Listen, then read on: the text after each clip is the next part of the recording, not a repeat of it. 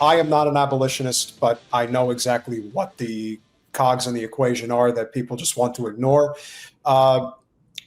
You don't spend $1 trillion on a federal bill that basically is the biggest law enforcement giveaway this country's ever seen, whether it's to ICE, whether it is to these local law enforcement. When we saw this starting almost 25 years ago, I believe George W. Bush is the worst president of my lifetime. And I point to him because that's where a lot of this started. The war in Iraq, the war in Afghanistan.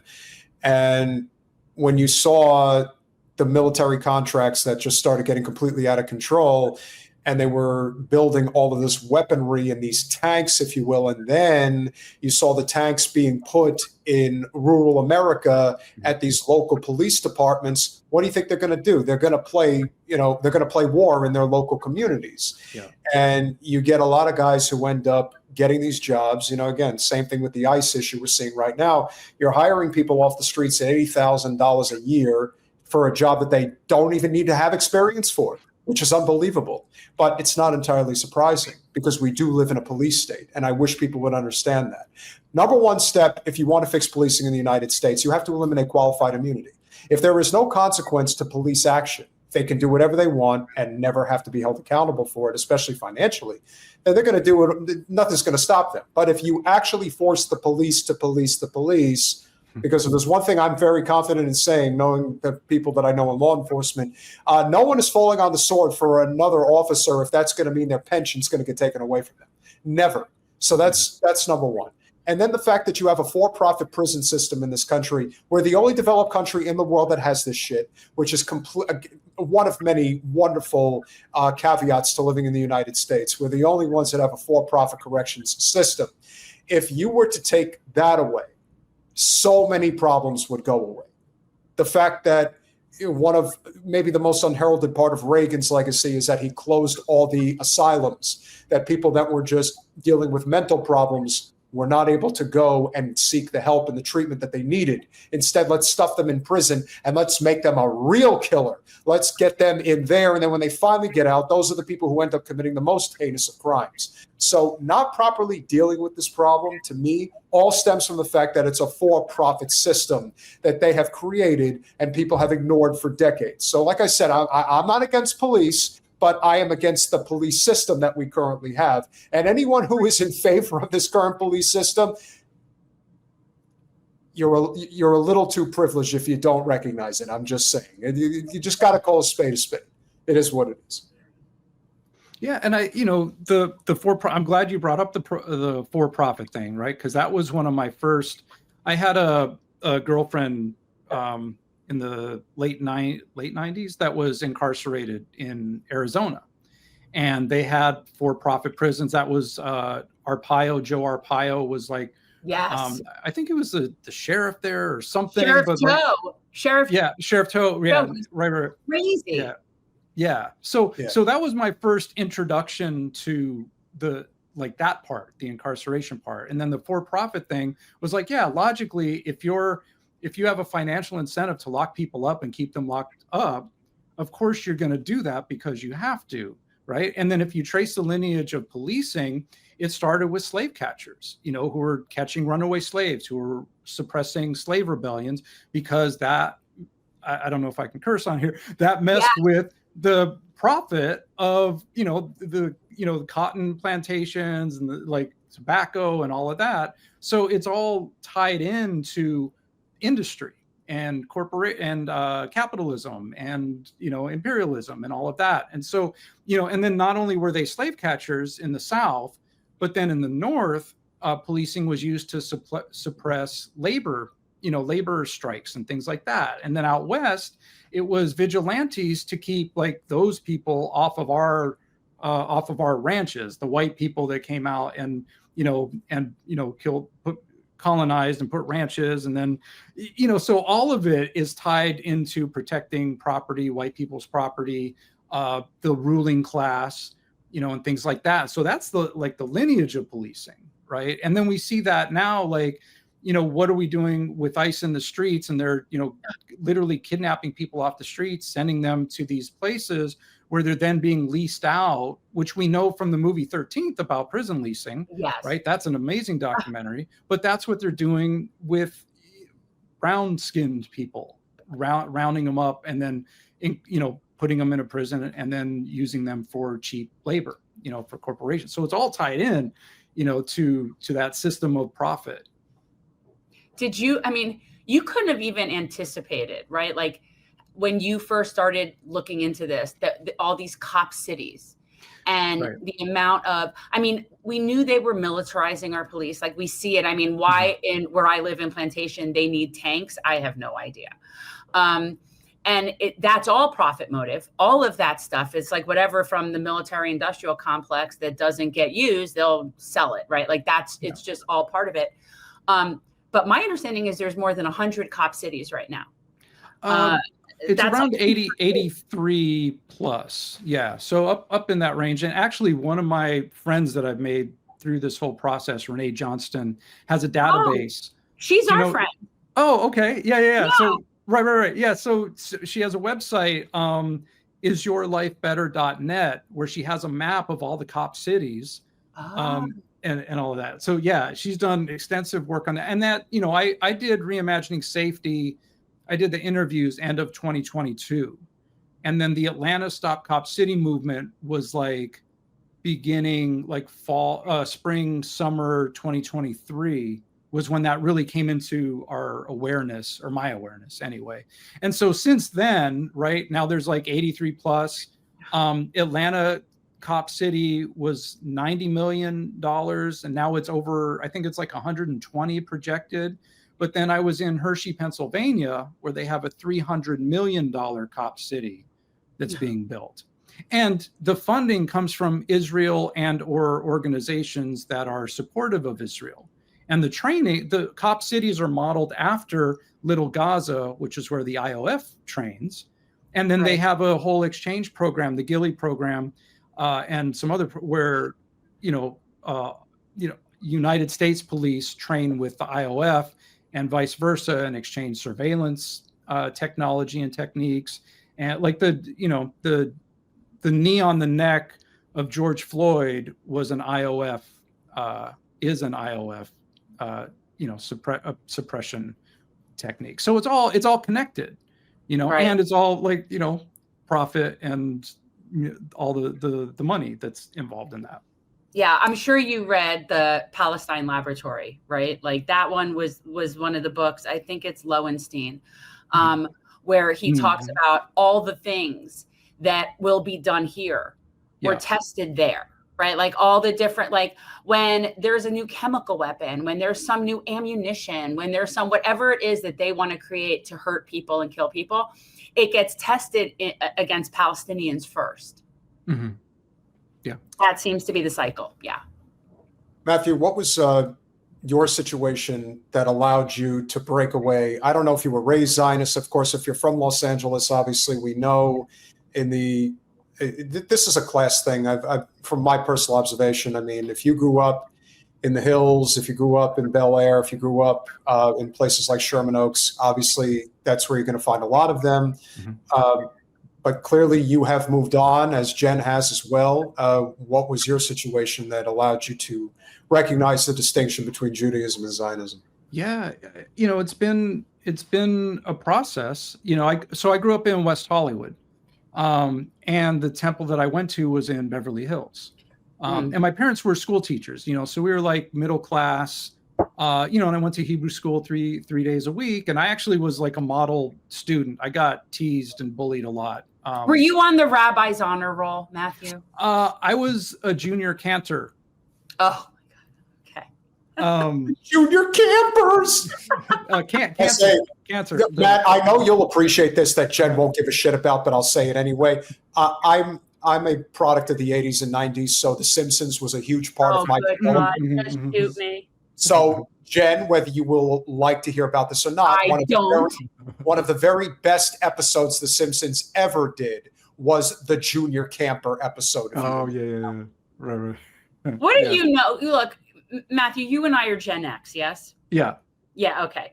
We don't need to discuss this with the millennials. You just don't understand our sense of humor, Peter. Welcome back, Cotter. What can I say? Oh. Mr. Cotter. I have a Welcome Back Cotter record player. I had a lunchbox. I had a Welcome Back Cotter. I had a Dukes of Hazzard lunchbox. That's a cool one. Yeah. See, that's the thing. I mean, yeah, these are nostalgic things. You don't know the Sweat Hogs, Peter. As a kid of the mid-'80s, what I remember best was Cheers, Night Court, Moonlighting. That's how I became acquainted with Bruce Willis. Before he became Die Hard. Yeah. But also Married with Children and The Simpsons. I didn't get Seinfeld until I was already late into high school. We don't talk about him anymore. I'm so happy I never got into Seinfeld. Oh, we used to have Festivus. This will be our second year where we don't have a Festivus because I am just so disgusted by Seinfeld that it has tainted and ruined so much of our stuff. Like, it's so unfortunate. Yeah. What is wrong with liking Seinfeld? I hate him. He's horrible. Like LA stuff. So when he was dating Shoshana, I forget her last name, when she was 17, when she was in high school, I worked at a clothing boutique, women's high-end shoes and clothing boutique in Beverly Hills that she used to shop at. And like, he would come in with her and she was 17 and he was like in 30 something at the time. Almost 40. Gross. Yeah. It's Almost so 40. gross. Yeah. It's just gross. So Peter, do you want to get into the current story that we're going to talk about? Yeah, so I think this is very important word for people that are not aware of what's been going on in Mississippi. Of course, family of Black student found hanging from a tree in Mississippi demands answers. Students at Delta State University said they also had questions about the death of Trey Reed, 21, even though authorities have said they found no evidence of foul play. So what are you saying? He hung himself? Well, I don't know if they're saying that. Yes, that's what they're saying. They're saying he committed suicide. Just so people know, in my previous life, I did fundraising for college and high school sports teams around the United States, and I worked with most of the athletic department at Delta State University for several years. So it's a little personal for me. At Delta State University on Wednesday, there were few signs of the tragedy that befell the campus this week and disrupted the beginning of a new school year. Welcome back banners from the Chamber of Commerce and campaign signs for students running for homecoming court were staked in the grass. Students have been back on campus just shy of a month when the body of Jamar Trayvon, or Trey Reed, a 21-year-old Black student, was found hanging from a tree on campus Monday. By the way, for anybody who's not seen the movie Mississippi Burning, now's the time to watch it. Reed's death has ignited calls for justice and online speculation that he was the victim of lynching, even though authorities have said there was no evidence of foul play. Well, you're in Mississippi now, boy, because we don't do justice down in these parts. And for people who don't know, Mississippi is the #1 state in terms of number of lynchings. Historically. In the history of our country, yes. Yes, correct. Mississippi is families of other Black men who have been found hanging in Mississippi were determined to have died by suicide are also questioning their official causes of death, of course. And so that is Trey Reed. They say they believe their loved ones were victims of lynchings in a state with a history of racially motivated violence, including the 1955 lynching of 14-year-old Emmett Till. When you see that picture on social media, of the black and white picture of that Black child, that is who it is. Reed's family has not publicly commented on his death, except through attorneys. Mira Brown, who was on campus Wednesday to visit her younger sister, who recently transferred to Delta State, said she understands the feelings people are having about Reed's death. Just given the historical significance of trees, Black men, and ropes, there's just something about it to me that isn't right. Bolivar County Coroner Randolph Seals Jr. said in a statement Wednesday that his office is conducting a thorough death investigation.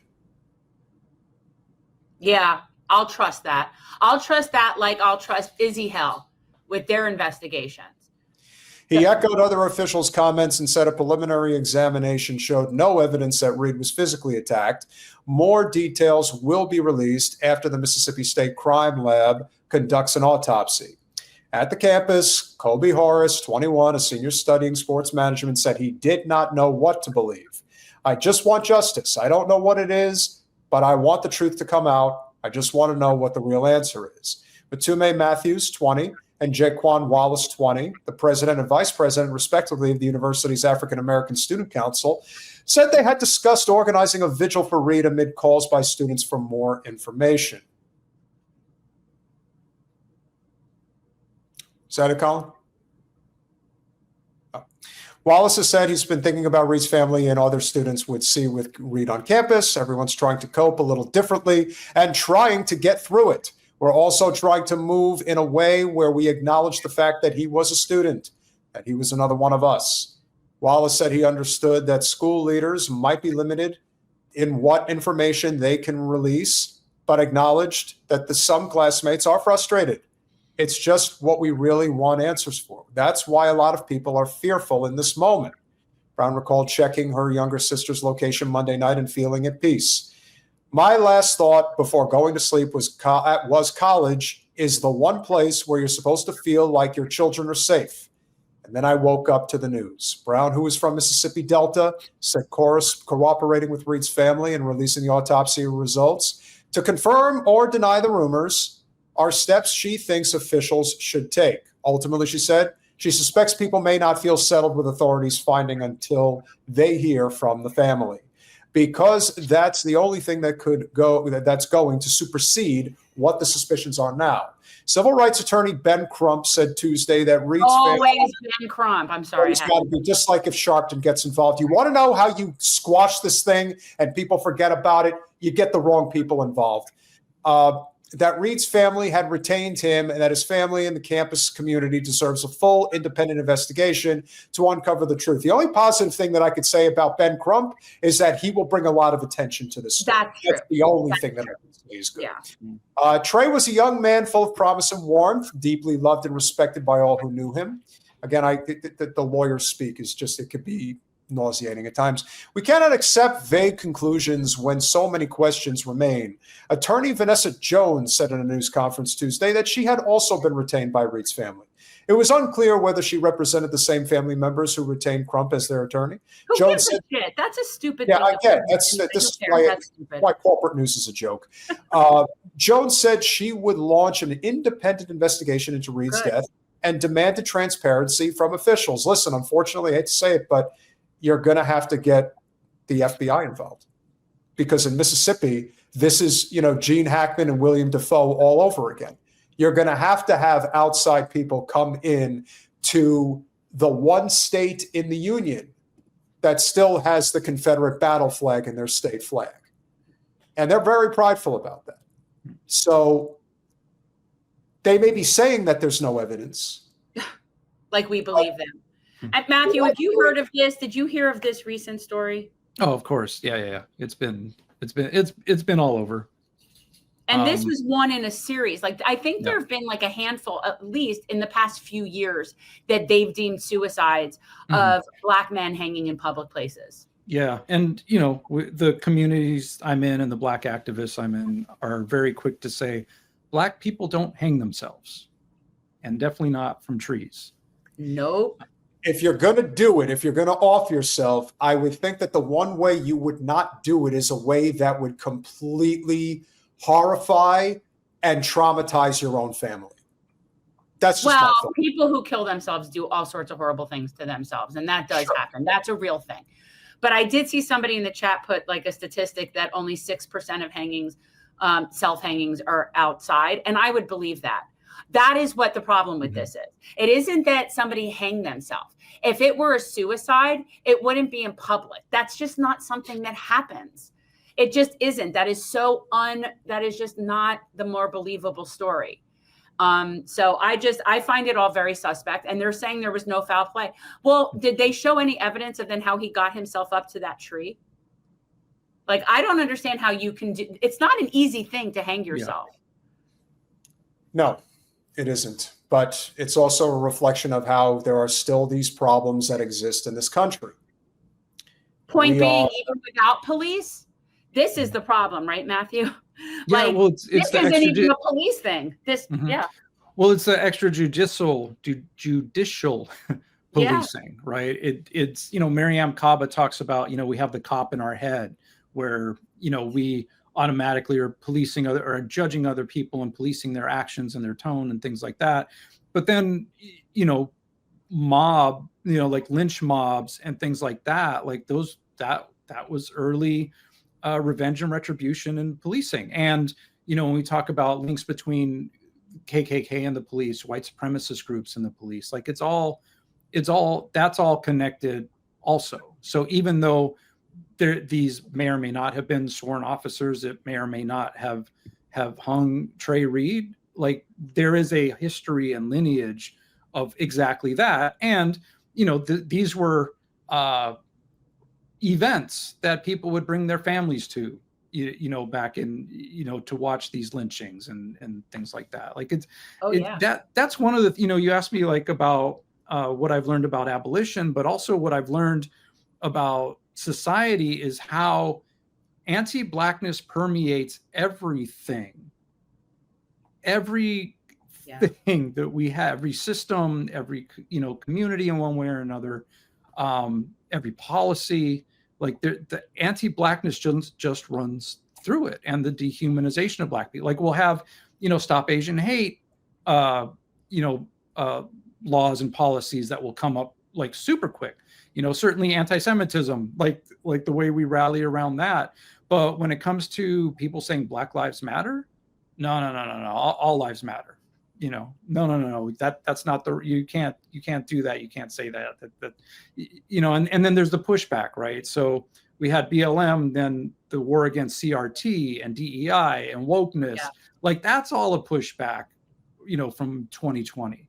And if we lay out the history from end of slavery and end of Jim Crow and the civil rights movement, there's always that pushback, that comes in response to that. Yeah, I look at this lynching very Occam's razor, right? Like I generally tend to look at things in what's the most likely reason, right? Like what's the most likely thing? And the most likely thing is that this kid was lynched in a racist state with a history of lynching. That's the most likely explanation. And there is a whole bunch of them. And I believe there's like a particular amount that's been since 2021 or something like that I saw that they think seem to be a connection or some sort of pattern. And yet nobody's looking into this. And all of these have been ruled suicides without foul play. Well, this took place in Cleveland, Mississippi, which is one of the poorest corners of the United States. It's in the northwest corner of the state that runs up against the Arkansas border. Arkansas and Mississippi are two of the four poorest states in the country. Again, depending on the year, actually, they're two of the three: Mississippi, Arkansas, and West Virginia. So, the whole backwards,